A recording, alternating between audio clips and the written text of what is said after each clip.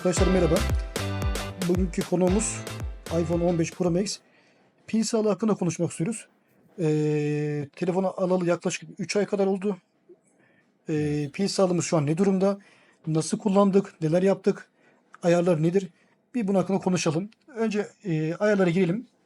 Telefonumuzun ne kadar süre kullandığımızı. Şimdi şuradan bir pile bakalım. Pil sağlığımız. Şuradan pil sağlığına girelim. Pil sağlığımız %100 gözüküyor. Evet. Şimdiye kadar ben 41 kere şarj etmişim telefonu. iPhone'ların bu olayı güzel. Beğeniyorum. Bu şarj döngüsünü gösteriyor değil mi? Evet. 41 defa şarj etmişsin. Evet. 3 Telefonu ayda. aldığımdan beri Bluetooth Wi-Fi komple açık. Hiç kapatmıyorum ama oyun oynamıyorum. Onu Şimdi belirteyim. tamam ona geleceğiz. Şimdi Oyun. telefonda neler yaptığımızı tek tek konuşacağız. Yani günlük kullanımın nedir onları bize söylersin.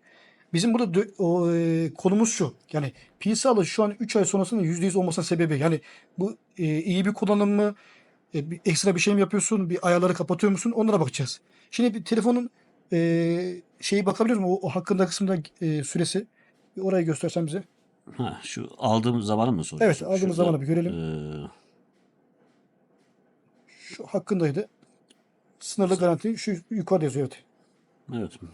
Şubat'ta almışım. 7 Şubat'ta. Evet 7 Şubat. Biz hangi? Mayıs'tayız. Yani 3 ay olmuş. 3 ay biraz geçmiş. 3 ay 4 gün. Evet 3 ay 4 gün olmuş. Şimdi kullanım olayına geleceğiz. Şimdi oynamadığını söyledin. Ama Oyun oynamıyorum, evet. herhangi bir ayar kapattığın mı? Bluetooth'tan bahsettiğin Wi-Fi atıyorum konum servisleri gibi. Şimdi Bluetooth Wi-Fi full kullanıyorum. Herhangi bir Konum kapatmıyor. servislerini full açık. Aynen. Çünkü arabamda da Apple CarPlay olduğu için hiç kapatmıyorum onu. Onu aç kapatla uğraşmamak için açıkçası. Tamam. Hep açık onlar. Konum servisleri de açık dediğin gibi. Işık genelde bu şekilde kullanıyorum. Otomatik parlaklık mı açık? Otomatik parlaklık da açık. Eğer çok karanlığa girerseniz zaten otomatik kısıyor. Tamam. Çok aydınlığa çıkarsanız da bunu fullüyor kendisi otomatik. Orada sıkıntı yok. Adaptif parlaklık teknik Evet. herhalde. Peki Onun bunlarda gibi bir şey. şu ayar var mı? Hani bu 120 Hz azaltabiliyorsun ve artırabiliyorsun. Çözünürlük artırma azaltma falan gibi ayarlar yok bunda değil mi? Android'lerde var çünkü. Yok. Çözdürdükleri bunları oynayamıyorsun. Değiştiremiyorsun. Sabit. Ancak yazıları büyütür ufaltırsın hani. Tamam. Çözünürlükten şeyin oysa derdin. Gerek yok. iPhone öyle kıytırık ayarlara gitmez biliyorsun. O ayarlar biz onu önemsemiyoruz diyorsun. Onlara da Ya. bakmıyoruz. Ne kadar çok ayar o kadar çok kafa karışıklığı. Şu pil sağlığı O yüzden- kısmına bir gelelim. Pil sağlığında kullandığın senaryo hani bu iyileştirilmiş pil sağlığı nedir? Kısıtlama mı yapıyorsun? Şimdi Hangi döngüye şarj ediyorsun? Son 2-3 yıldır böyle bir şey getirdiler. Pil sağlığında değil de şurada bir şarj iyileştirmesi denen bir kısım geldi. Evet şurası önemli. Ben burada iyileştirilmiş pil şarjını kullanıyorum. Zaten açıklaması altında yazıyor. Aldığından beri bu şekilde kullandın değil mi? Evet, senin bu günlük şarj etme rutinini öğreniyor telefon. Tamam. Yani bu şimdi telefonu ilk aldığında tabii hemen verimli çalışmayabilir. İlk bir hafta bir test ediyor. Bir hafta, bir ay tabii bakacak senin günlük şarj rutinini inceleyecek. Bir nevi yapay zeka aslında. Ondan sonra senin ihtiyacına göre %80 oranına kadar hızlı dolduruyor veya bekleyebiliyor. Şimdi şu doğru mu? Ben %50'ye kadar atıyorum hadi %40'a kadar 27 watt iPhone'larda 28 watt şarj oluyordu. Evet. Sonra bu azalarak ilerliyor. Mesela Evet. %60'a geldi, %20'ye düştü. Aynen öyle. %50'ye kadar tam kapasite, hatta %60'a kadar bayağı bir hızlı şarj ediyor. %80'den sonra da çok çok düşüyor şarj hızı. Düşüyor. Bayağı Bu hızlı iyileştirilmiş düşüyor. pil sağlığında, şarjında şu olay da mı var? Telefonun şarjdan çıkarttığın veya uyanmak hani sabah kalktığında uyandığında telefonun %100 yapıp mı veriyor pilini? Yoksa sınırlıyor mu? Ya ben hiç açıkçası gece yatarken şarja takmıyorum telefonuma. Yani hiç takmadım. Ben şu şekilde kullanıyorum. %20'nin altını gördüğümde, eğer yanımda priz varsa takıyorum. %80'i gördüğümde de çıkarıyorum. Yani %20 altına pek düşmüyorsun. Yok, hiç düşmüyorum. %80'i 20-80 arası. 20 ile 80 aralığına gidip geliyor. Aynen öyle. 20-80 arası kullanıyorum. İstersen buradan 80 sınırını kendin aktif edip aletin 80'de kendi şarjını durdurmasını bekleyebilirsin. Hani kafan orada kalmaz. Ama bu şekilde kullanabilirsen, dediğim gibi 3 ay sonra %100 kapasiteyle hala Kullanmaya devam edebiliriz. kullanmaya devam edersin.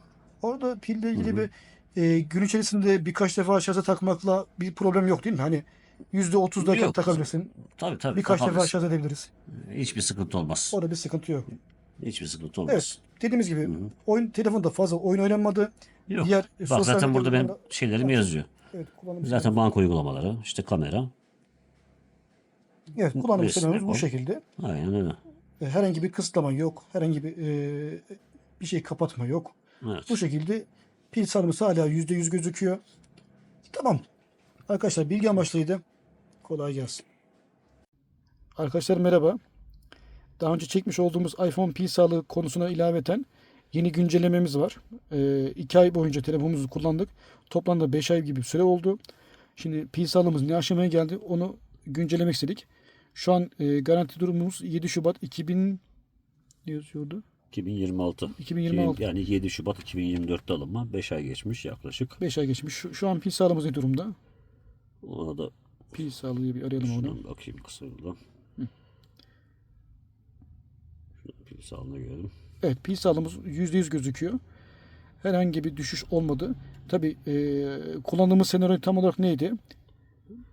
Yani daha çok oyun oynanmıyor pek. Normal günlük kullanım. Bir de Bluetooth, Wi-Fi komple açık. Hiç alındığı günden bu yana kapatılmadı. Herhangi bir kısıtlama yok. Ha, Yani Apple CarPlay hep açık. pil sağlığımız açık mı oradaki? Normal değil mi pil sağlığımız? Pil sağlığı zaten normal gösteriyor şu an. Maksimum kapasitemizi %100 gösteriyor. İşte 66 kere şarj etmişim. Telefonu aldığımdan beri. Şunu demek istedim. Orada O şey, sen şu şarj etme iyileştirmesini diyorsun. Evet. Orada iyileştirilmiş 80 pil sağlığı gözüküyor. Anladım. Bir de şarjımızı %15'te %85 arasında tutuyoruz değil mi? Yani genelde ben %15 civarı dediğim gibi şarja takıyorum. Maksimum %10'ları pek görmüyorum yani. 15'i görünce takıyorum. Anladım. Tamam. Tamamdır peki. Kolay gelsin. Tamam.